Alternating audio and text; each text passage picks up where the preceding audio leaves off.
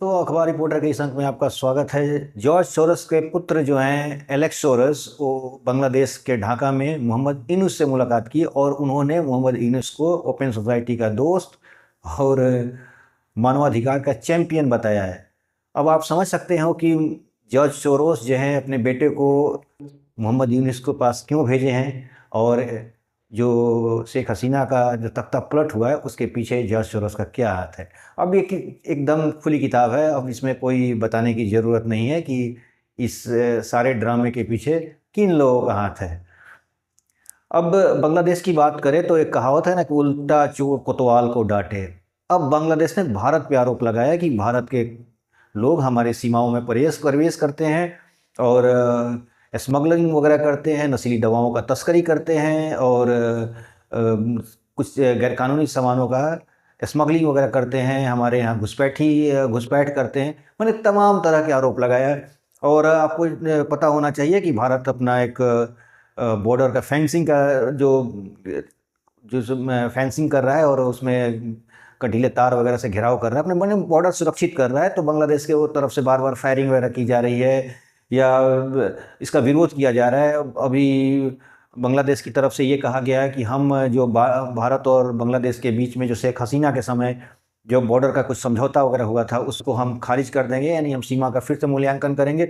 इस तरह का भी आरोप नहीं धमकी लगाया है भारत के ऊपर। बांग्लादेश की तरफ से ये ऐसा किया गया है। बांग्लादेश आज भारत के ऊपर जिस तरह के रोज़ रोज़ नए डेवलपमेंट आ रहे हैं बांग्लादेश की तरफ से, यूनिट सरकार की तरफ से, अब वहाँ पर एक तरह से होड़ लग गई है कि कौन पार्टियां हैं। जो पार्टियां तो दो ही बची हैं, एक तो शेख हसीना अपना इधर आ गई हैं, उसके बाद वो बेगम खालिदा जिया और जमायत इस्लामी वगैरह के लोग हैं अपना वो एक्टिव हैं। तो उन लोगों में एक होड़ लगा हुआ है कि भारत का ज़्यादा से ज़्यादा विरोध कौन कर सकता है, यानी भारत को ज़्यादा से ज़्यादा दुश्मनी जो निभाएगा वही बांग्लादेश का एक हीरो है, यानी बांग्लादेश में उन्हीं की पार्टी की सत्ता मिलने वाली है। ऐसा माहौल वहाँ पर बनाया गया है, यानी जो पार्टियां भारत का विरोध करेगी उसकी पॉपुलैरिटी वहाँ बढ़ जा रही है। इस तरह का माहौल बांग्लादेश में तैयार हो चुका है।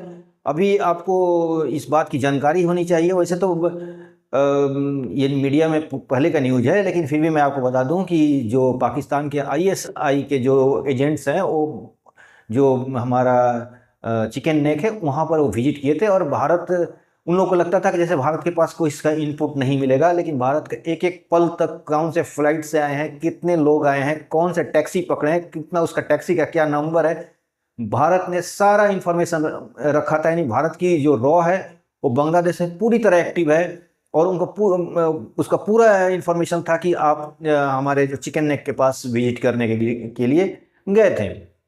देखिए इसके पीछे क्या वजह है। अभी जैसे हुआ क्या था कि जो अफ़गानिस्तान और पाकिस्तान का जो बॉर्डर है वहाँ एक वखान कॉरिडोर है जो चाइना वगैरह के बॉर्डर से भी टच होता है, ताजिकिस्तान वगैरह है वहाँ पर। तो वहाँ पर पाकिस्तान के जो ISI के जो अधिकारी हैं वहाँ पर जाकर उन्होंने एक वीडियो बनाया था और वीडियो बनाकर ये दिखाया था कि वखान कॉरिडोर हमारे कंट्रोल में है। भारत ने इस इनपुट को तालिबान से साझा कर दिया और तालिबान के जो खासतौर पर जो भारत का जो रॉ है उसने बोल दिया कि आप जो तालिबान के जो टॉप लीडर हैं उनको वखान कॉरिडोर में भेजिए और वहाँ पर आप भी एक वीडियो जारी कीजिए। तालिबान के टॉप डेलीगेट वहाँ पर गई, वहाँ से फिर वो वीडियो बनाकर डाली। तो इससे पाकिस्तान चिढ़ा हुआ था और इसको काउंटर करने के लिए उसने चिकन कॉरिडोर पर अपना विजिट करवाया है। ये खुली किताब है और सब लोग समझ रहे हैं, नहीं भारत को चिढ़ाने के लिए ऐसे किया।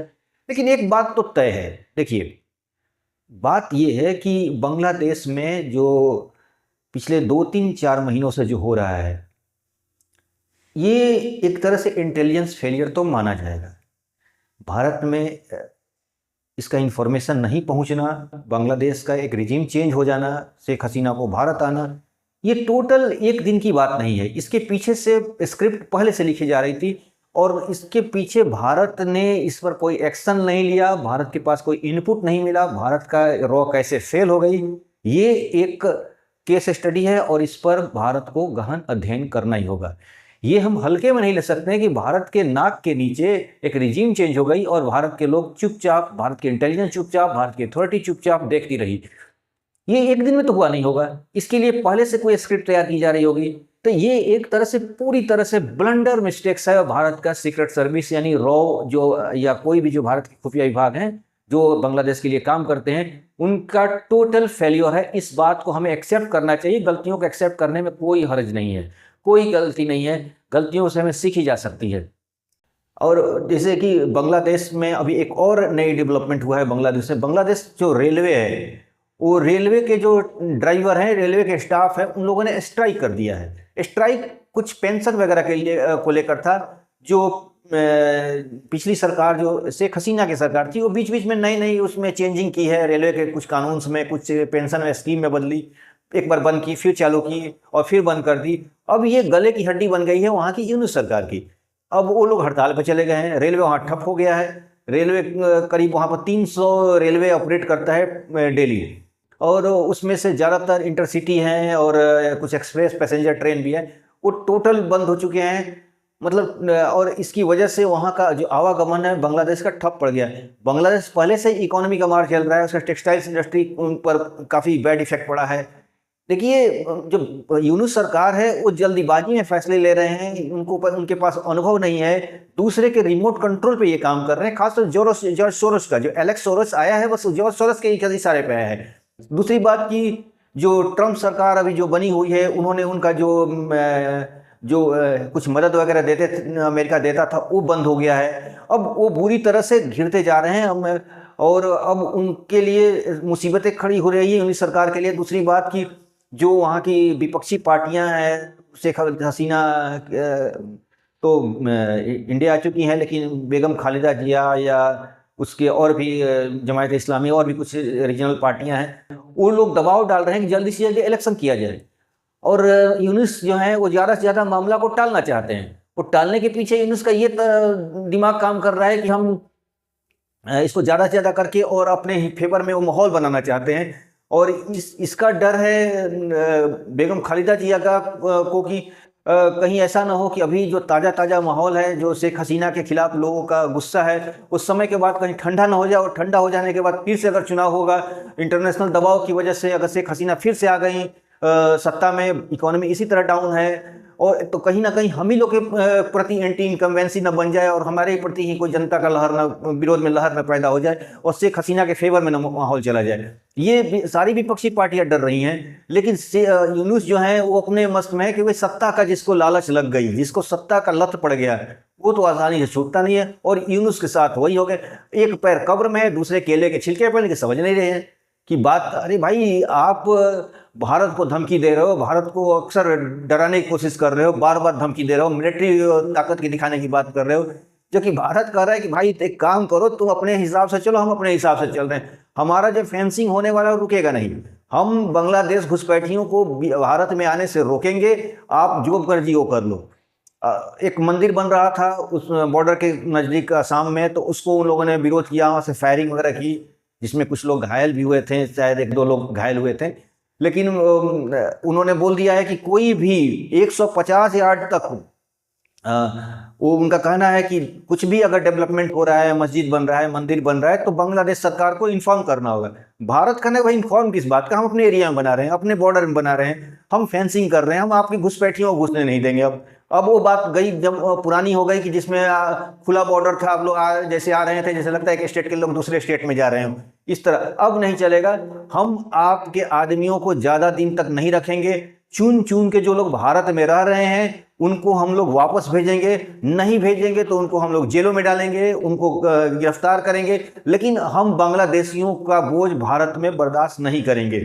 भारत अब तय कर लिया है कि अब बांग्लादेशियों को जो भारत में गैरकानूनी ढंग से रह रहे हैं, ये अवैध रूप से रह रहे हैं, उनको पैकअप करके और उनको डिपोर्ट करने के लिए बांग्लादेश में भेजेगा वो। और ये बात बांग्लादेशियों को समझ में आ जाना चाहिए। अगर मेरा वीडियो देख रहे हैं तो समझ लीजिए कि अब आपका भारत में दिन पूरे हो चुके हैं। जो भी घुसपैठिए हैं वो तत्काल अगली ट्रेन से निकल जाएं वो बांग्लादेश, क्योंकि अब भारत में अब उनकी धरपकड़ तेजी से हो रही है और हो भी रही है। अब आप लोग भारत में नहीं रह पाएंगे, इसलिए अब आप लोग वापस बांग्लादेश चले जाए। इसी में आपके समझदारी है, इसी में आपको भलाई है। तो कुल मिलाकर ये साफ हो चुका है कि अब बांग्लादेशियों का भारत में रहना मुश्किल है। बांग्लादेश के लोग और बांग्लादेश की सरकार इसलिए भी बौखलाई है क्योंकि भारत बांग्लादेशियों को अब उनको वापस भेज रहा है, इसलिए भी बौखलाई हुई है। तो ये कुल माओ मिलाकर दो बातें निकल रही हैं। एक तो बांग्लादेश भारत को उकसा रहा है, दूसरी चीज़ कि हमारी इंटेलिजेंस फेलियर था बांग्लादेश के मैटर में, हमारी इंटेलिजेंस से वो रिपोर्ट नहीं मिल पाई कि बांग्लादेश में रिजीम चेंज होने वाला है। तो आज के अंक में बस इतना ही, नए अंक के साथ फिर आपसे मुलाकात होगी। तब तक के लिए बहुत बहुत धन्यवाद। आपसे गुजारिश है कि हमारे चैनल को लाइक कीजिए, सब्सक्राइब कीजिए और शेयर वगैरह जरूर कीजिए। Thank you very much.